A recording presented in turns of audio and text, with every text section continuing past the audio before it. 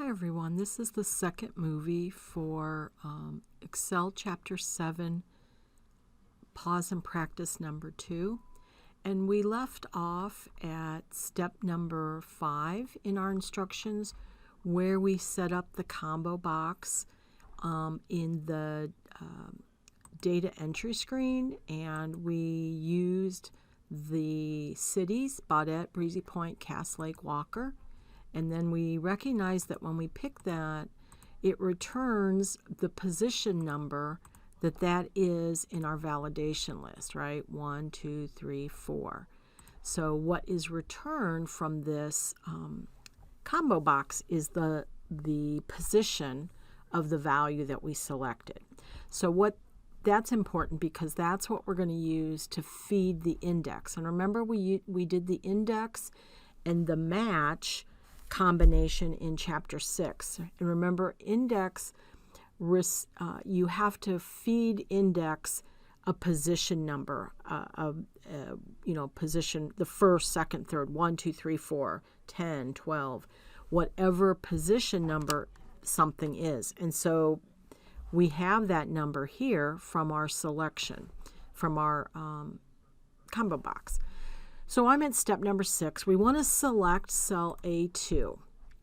So this is where we're going to end up putting whatever city is chosen, right? Okay, so we're in A2. We're going to go to the formula.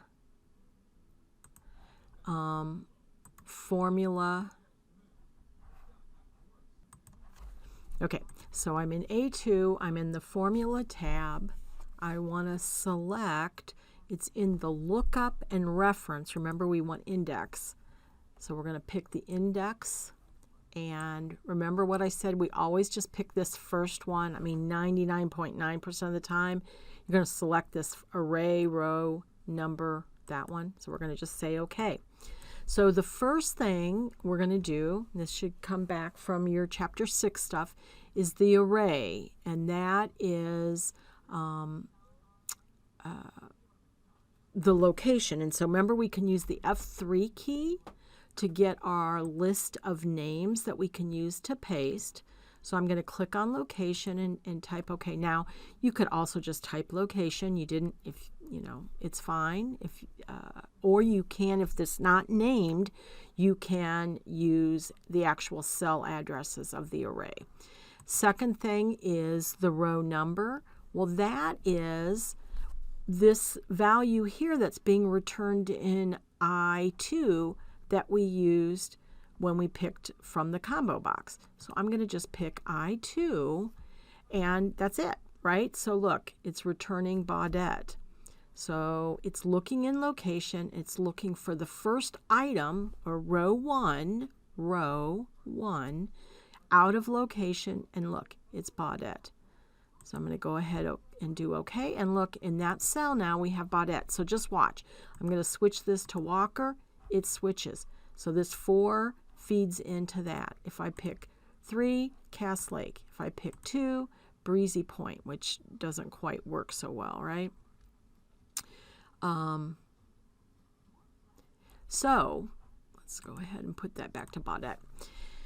But what we don't want really is this number 1 to show. So I want to expand this and kind of hide that number 1 underneath. So I'm going to right click and I'm going to select format. Right? Well, no, I don't think I want to do that. I want to come right here and just expand it. So let me undo that. I'm sorry. Let me unclick it. So I right click, I get the handles, I get the drop down. But now what I want to really do is pull this out. So I'm going to click, and I did a left click. I'm going to get on that little circle in the middle, click, hold, and drag it out just so it's on top of it. So I think we want to actually do H and I. And so if I move that, see, it's hiding it. We're going to go ahead and do OK and deselect it. So now let's go ahead and pick Cass Lake. And there we go. So we don't see that underlying, but we can use that to feed it in. All right, I'm going to take a minute and save that. And move on to step number 7, which is unlocking cells and protect a sheet. So this is really a simple thing to do. However, it kind of seems backwards. So by default, every cell in the worksheet is protected, okay, or locked, I should say. It's locked. But we all know that we can type things in, that they're not locked. And that's because even though the status is set to lock, the protection for that sheet is not enabled. So what we have to do is we pick the cells that we want to be unlocked when we enable protection. So it's kind of like backwards from what you would think. So what we're going to do is we're going to select on the inventory sheet C5 through D29, because on this sheet, these are the only cells that should be updated. The rest of this stuff is being pulled from other places. So I'm going to select that. And then I want on the Home tab, this is how I get to it. And then right here in the Cells group, click on the Format. And then see how locked, if I point to it, it'll do it. But look at this right there. See how it's got the gray behind it? That means that's picked. That means these cells are locked. So we want to take that lock away, because if I protect the sheet right now, every cell is locked and nothing can change. So we're going to take the lock off. So now when I pull that down, look, see the lock doesn't have the gray on it. It's unlocked. And now what we can do is enable the protection. So I'm going to click on that. On this one, I never change anything, and it's very, very rare that I put a password, because here's the thing with this password, guys. If you put a password in here and you forget it, there is nobody that can help you unprotect it or figure out the password. So you have to be really sure about the password that you're going to use, because nobody can help you find it. Let's go ahead and do OK. And now if I come over here and I try and type, I'm just clicking on this cell. Any cell, they're all locked. The only ones that aren't are right here, C and D, right? So that's kind of cool. Okay.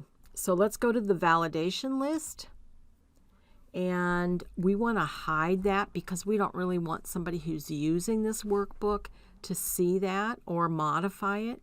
So down here on validation list, I'm just going to right click and select hide. Right? The next thing I'm going to do is file, and then in the info, I want to say protect the workbook. So what that'll do is we protected the worksheet. This will protect the entire workbook. So I'm going to go ahead, protect workbook, and protect the workbook structure. So what that means is nobody can add new sheets or remove sheets from this. So you kind of want to actually protect so people can't mess with this that are using it, right? So we don't want to add anything here. We're just going to say okay, and now we can save it. And so if I can't, look, I can't, it's not letting me. I'm clicking on that plus sign, it's not letting me. If I right click, look, I can't hide, I can't delete, I can't do any of that. So we have some sense of protection on our worksheet that somebody who's using it is not going to be able to damage it. So the last thing here is really to kind of undo the stuff that we did, the templates and the ribbon and that, but I really don't want you to do step 10.